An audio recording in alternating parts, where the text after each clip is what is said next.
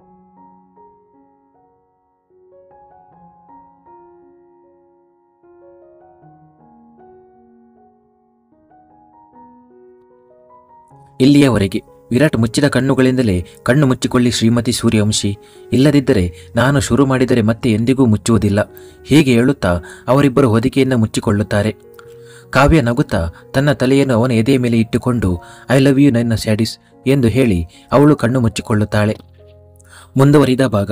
ವಿರಾಟ್ ಅವಳನ್ನು ಬಿಗಿಯಾಗಿ ತನ್ನ ಎದೆಗೆ ಅಪ್ಪಿಕೊಳ್ಳುತ್ತಾನೆ ಮತ್ತು ಇಬ್ಬರು ಗಾಢ ನಿದ್ರೆಗೆ ಜಾರುತ್ತಾರೆ. ಮತ್ತೊಂದೆಡೆ ರಾಘವ್ ವರ್ಷರನ್ನು ತನ್ನ ಮನೆಗೆ ಕರೆದುಕೊಂಡು ಹೋಗುತ್ತಾನೆ. ಅವರಿಬ್ಬರು ನೆನೆದಿದ್ದರು. ರಾಘವ್ ಮನೆಯ ಬಾಗಿಲು ತೆರೆಯುತ್ತಾ ಬನ್ನಿ ವರ್ಷ ಎನ್ನುತ್ತಾನೆ.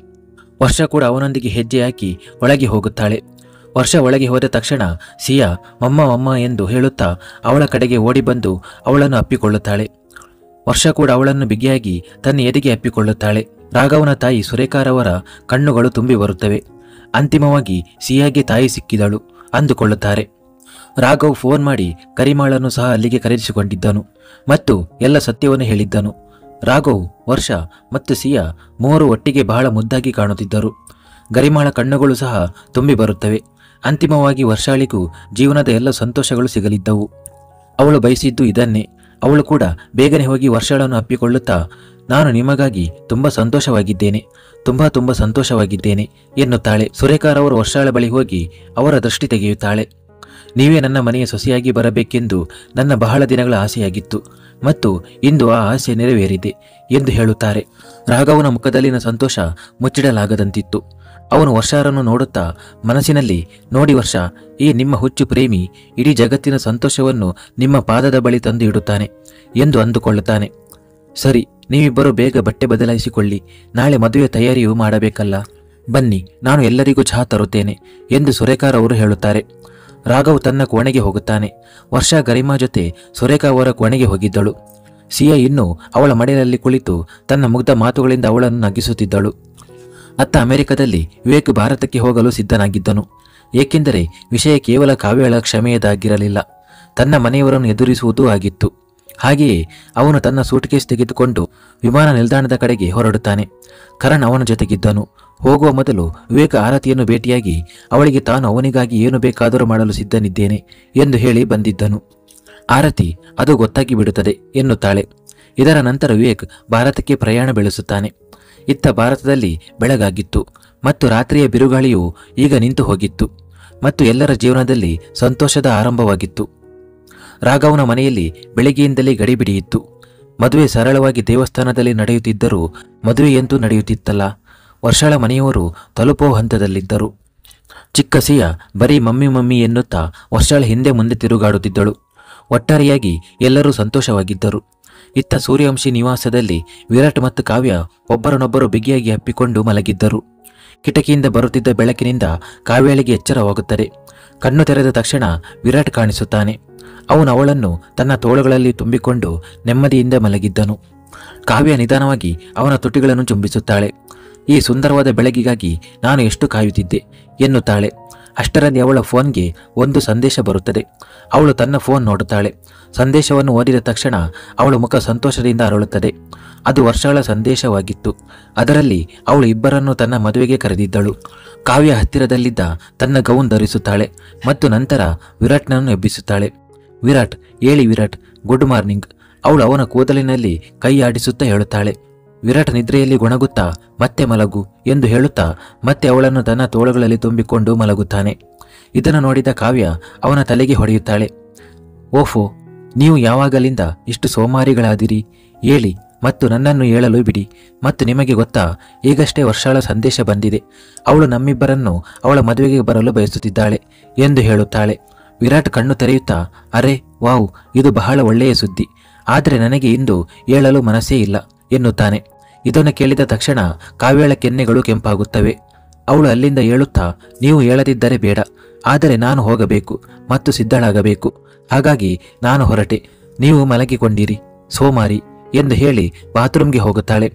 ಅವಳ ಆ ಸೊಗಸಿಗೆ ವಿರಾಟ್ ನಗುತ್ತಾನೆ ಮತ್ತು ಅವನು ನಗುತ್ತಾ, ಶಿ ಈಸ್ ಸೋ ಕ್ಯೂಟ್ ಯಾರ್, so cute, I really love ಹರ್ ಎಂದು ಹಾಗೆಯೇ ಮಲಗಿಕೊಂಡೇ ಹೇಳುತ್ತಾನೆ. ನಂತರ ಅವನು ಯಾರಿಗೋ ಫೋನ್ ಮಾಡುತ್ತಾನೆ. ಮತ್ತು ಮಾತನಾಡುತ್ತಾ ಕೋಣೆಯಿಂದ ಹೊರಗೆ ಹೋಗುತ್ತಾನೆ. ಅತ್ತ ರಾಘವನ ಮನೆಯಲ್ಲಿ ಸುರೇಖಾರವರು ಬನ್ನಿ ಮಕ್ಕಳೇ ಬೇಗ, ಪಂಡಿತರ ಜೊತೆ ಮಾತುಕತೆಯೂ ಆಗಿದೆ, ತಡವಾಗಬಾರದು ಎನ್ನುತ್ತಾರೆ.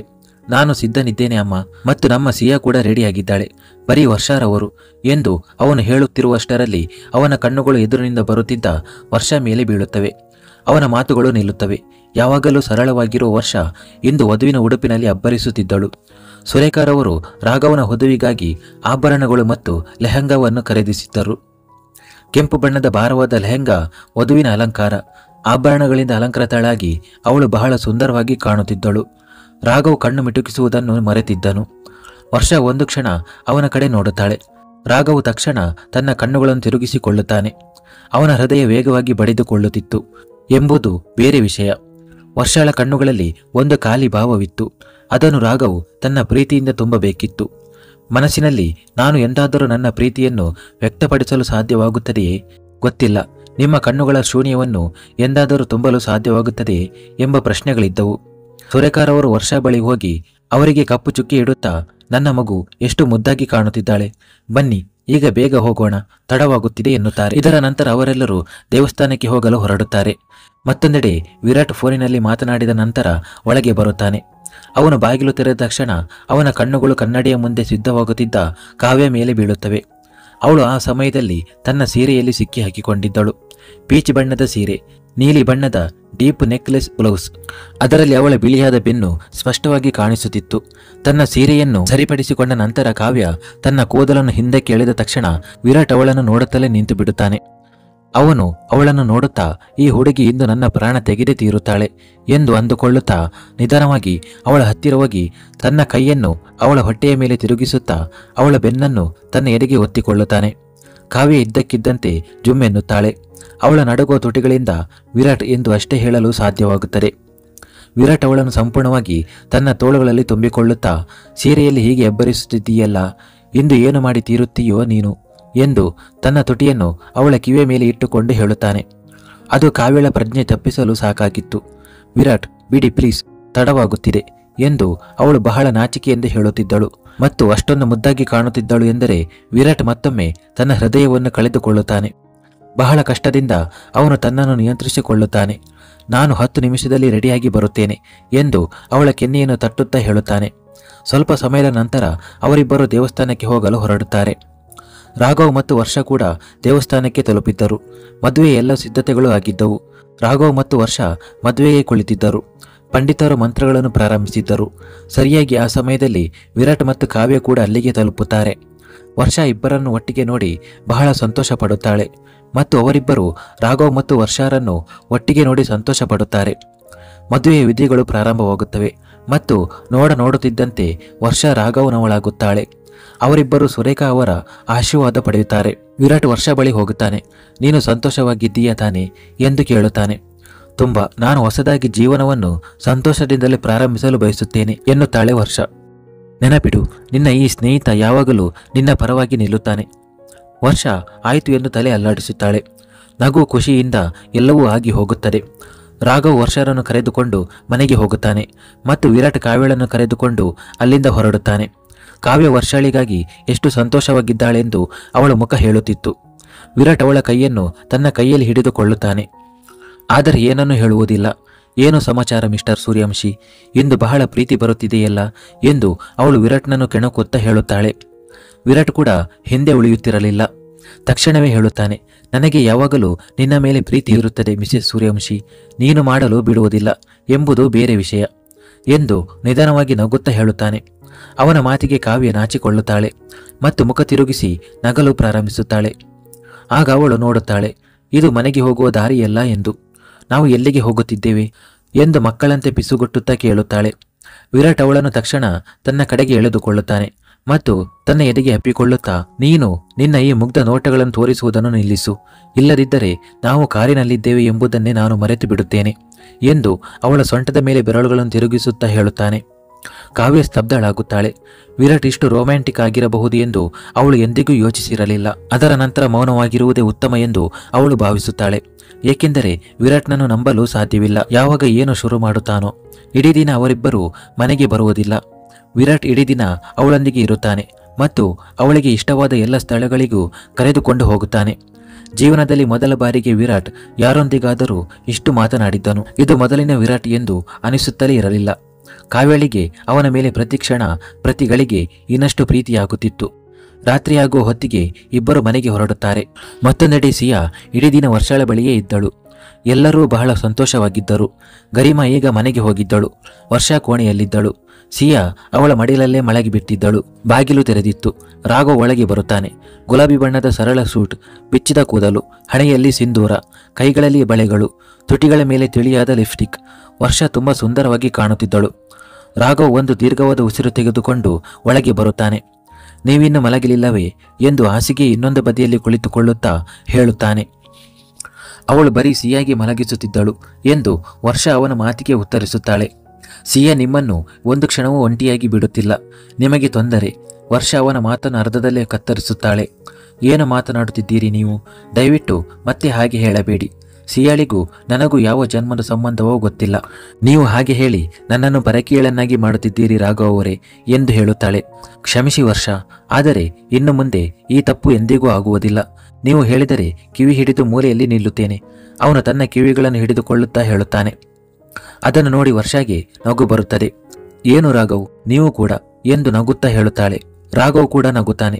ಸರಿ, ಈಗ ನೀವು ಮಲಗಿಕೊಳ್ಳಿ, ನಾನು ಅಲ್ಲಿ ಸೋಫಾದ ಮೇಲೆ ಮಲಗುತ್ತೇನೆ ಎಂದು ಹೇಳುತ್ತಾ ಅವನು ಅಲ್ಲಿಂದ ಹೇಳುತ್ತಾನೆ. ಆದರೆ ಸ್ವಲ್ಪ ಹೊತ್ತು ನಿಂತು ಮಲಗಲು ನಾನು ಇನ್ನೊಂದು ಕೋಣೆಯಲ್ಲೂ ಮಲಗಬಹುದಿತ್ತು. ಆದರೆ ಅಮ್ಮ, ನೀವು ದಯವಿಟ್ಟು ಸ್ವಲ್ಪ ಕಾಳಜಿ ವಹಿಸಿ ಎಂದು ಹೇಳಿ ತನ್ನ ದಿಂಬನ್ನು ತೆಗೆದುಕೊಂಡು ಸೋಫಾದ ಮೇಲೆ ಹೋಗಿ ಮಲಗುತ್ತಾನೆ. ವರ್ಷ ಅವನನ್ನೇ ನೋಡುತ್ತಾ ಇರುತ್ತಾಳೆ. ಅವಳಿಗೆ ಎಲ್ಲ ರೀತಿಯಿಂದಲೂ ಅರ್ಥ ಮಾಡಿಕೊಳ್ಳುವ ಜೀವನ ಸಂಗಾತಿ ಸಿಕ್ಕಿದ್ದನು. ಆದರೆ ಈ ವಿಷಯ ಅವಳಿಗೆ ಈ ಸಮಯದಲ್ಲಿ ಅರಿವಿರಲಿಲ್ಲ. ರಾಘವ್ ಕಣ್ಣು ಮುಚ್ಚಿಕೊಂಡು ಮಲಗುತ್ತಾನೆ. ಅವನು ಮಲಗಿರಲಿಲ್ಲ ಎಂಬುದು ಬೇರೆ ವಿಷಯ. ವರ್ಷ ಕೂಡ ಸಿಯಾ ಜೊತೆ ಮಲಗುತ್ತಾಳೆ. ಅವಳಿಗೂ ಇನ್ನೂ ನಿದ್ರೆ ಬರುತ್ತಿರಲಿಲ್ಲ. ಹಾಗೆಯೇ ಇಬ್ಬರು ಹಾಗೆಯೇ ಮಲಗಿಕೊಂಡಿರುತ್ತಾರೆ. ಇತ್ತ ಸೂರ್ಯವಂಶಿ ನಿವಾಸದಲ್ಲಿ ವಿರಾಟ್ ಮತ್ತು ಕಾವ್ಯ ಮನೆಗೆ ತಲುಪುತ್ತಾರೆ. ಬಹುತೇಕ ಎಲ್ಲರೂ ಮಲಗಿದ್ದರು.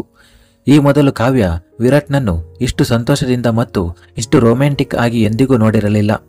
ಇಂದು ವಿರಾಟ್ ಅವಳನ್ನು ಎಷ್ಟು ಕಾಡಿದ್ದನು. ಇದೆಲ್ಲ ನೆನಪಾಗುತ್ತಿದ್ದಂತೆ ಅವಳ ಸ್ಥಿತಿ ಹದಗೆಡುತ್ತಿತ್ತು. ನಾಚಿಕೆಯ ಭಾವ ಅವಳ ಮುಖದಲ್ಲಿ ಮೂಡುತ್ತಿತ್ತು. ಅದನ್ನು ವಿರಾಟ್ ಕೂಡ ನೋಡುತ್ತಿದ್ದನು. ಅವರಿಬ್ಬರು ಕೋಣೆಗೆ ಹೋಗುತ್ತಾರೆ. ಕಾವ್ಯ ಬಾತ್ರೂಮ್ ಕಡೆಗೆ ಓಡುತ್ತಾ ನಾನು ಬದಲಾಯಿಸಿಕೊಂಡು ಬರುತ್ತೇನೆ ಎಂದು ಹೇಳಿ ಅಲ್ಲಿಂದ ಹೋಗಲು ಹೊರಟಾಗ ವಿರಾಟ್ ತಕ್ಷಣ ಅವಳ ಮಣಿಕಟ್ಟನ್ನು ಹಿಡಿದುಕೊಳ್ಳುತ್ತಾ ನೀನು ಬಹಳ ಓಡಾಡಿದ್ದೀಯ, ಆದರೆ ಇಂದು ಅಲ್ಲ ಮಿಸೆಸ್ ಸೂರ್ಯವಂಶಿ ಎಂದು ಹೇಳುತ್ತಾ ಅವಳನ್ನು ತನ್ನ ಕಡೆಗೆ ಎಳೆದುಕೊಂಡು ತನ್ನ ಎದೆಗೆ ಒತ್ತಿಕೊಳ್ಳುತ್ತಾನೆ ಮತ್ತು ತನ್ನ ತೋಳುಗಳನ್ನು ಅವಳ ಸೊಂಟದ ಸುತ್ತಲೂ ಸುತ್ತುತ್ತಾನೆ. ಕಾವ್ಯಳ ಹೃದಯ ಬಡಿತ ಹೆಚ್ಚಾಗುತ್ತದೆ. ವಿರಾಟ್ ನಿಧಾನವಾಗಿ ಅವಳ ಬಿಚ್ಚಿದ ಕೂದಲನ್ನು ಒಂದು ಬದಿಯ ಭುಜದ ಮೇಲೆ ಸರಿಸುತ್ತಾನೆ ಮತ್ತು ತನ್ನ ತುಟಿಯನ್ನು ಅವಳ ಭುಜದ ಮೇಲೆ ಇಡುತ್ತಾನೆ. ಕಾವ್ಯ ಬಿಗಿಯಾಗಿ ತನ್ನ ಕಣ್ಣುಗಳನ್ನು ಮುಚ್ಚಿಕೊಳ್ಳುತ್ತಾಳೆ. ಏನು ಸಮಾಚಾರ? ನಾನು ದೂರ ಓಡಿ ಹೋದಾಗಲಂತೂ ಬಹಳ ಪ್ರೀತಿ ತೋರಿಸುತ್ತಿದ್ದೆ, ಮತ್ತು ಈಗ ಏನಾಗಿದೆ ನಿನಗೆ ಎಂದು ವಿರಾಟ್ ಅವಳ ಕಿವಿಯಲ್ಲಿ ಪಿಸುಗುಡುತ್ತಾ ಹೇಳುತ್ತಾನೆ. ಕಾವ್ಯಳ ಸ್ಥಿತಿ ಹದಗೆಡುತ್ತಿತ್ತು. ಅವಳ ಉಸಿರಾಟ ಏರುಪೇರಾಗುತ್ತಿತ್ತು. ಅವಳು ತಕ್ಷಣ ಅವನಿಂದ ದೂರ ಸರಿದು ದೀರ್ಘವಾದ ಉಸಿರು ತೆಗೆದುಕೊಳ್ಳಲು ಪ್ರಾರಂಭಿಸುತ್ತಾಳೆ. ವಿರಾಟ್ ತನ್ನ ತುಂಟ ಕಣ್ಣುಗಳಿಂದ ಅವಳನ್ನೇ ನೋಡುತ್ತಿದ್ದನು. ಕಾವ್ಯಗೆ ಅವನ ನೋಟವನ್ನು ಸಹಿಸಲಾಗುತ್ತಿರಲಿಲ್ಲ. ಅವಳು ನಾಚಿಕೆಯಿಂದ ಹಿಂದೆ ಸರಿಯಲು ಪ್ರಾರಂಭಿಸುತ್ತಾಳೆ. ವಿರಾಟ್ ಕೂಡ ನಗುತ್ತಾ ಅವಳ ಕಡೆಗೆ ಒಂದೊಂದೇ ಹೆಜ್ಜೆ ಇಡುತ್ತಿದ್ದನು. ಕಾವ್ಯ ಹಿಂದೆ ಸರಿಯುತ್ತಾ ಗೋಡೆಗೆ ತಾಗುತ್ತಾಳೆ. ನನಗೆ ಬಹಳ ನಾಚಿಕೆಯಾಗುತ್ತಿದೆ ಎಂದು ಹೇಳುತ್ತಾ ಅವಳು ತನ್ನ ಮುಖವನ್ನು ತನ್ನ ಎರಡು ಕೈಗಳಿಂದ ಮುಚ್ಚಿಕೊಳ್ಳುತ್ತಾಳೆ.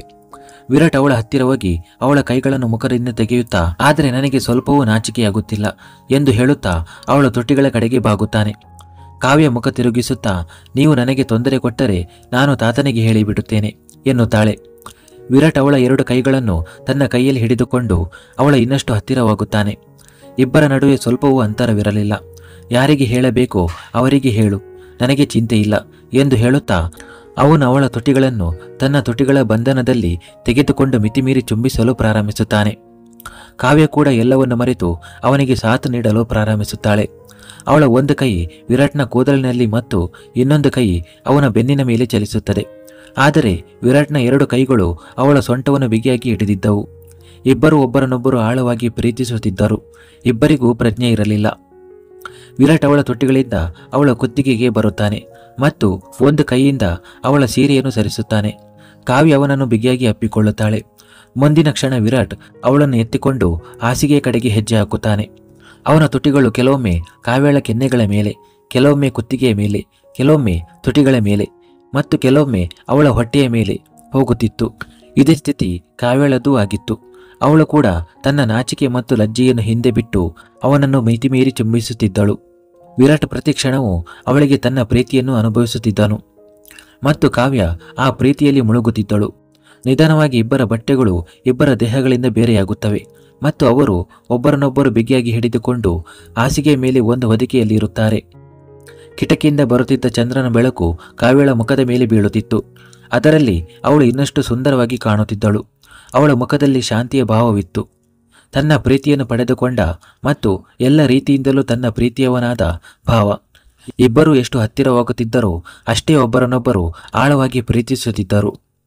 ಮುಂದುವರಿಯುವುದು.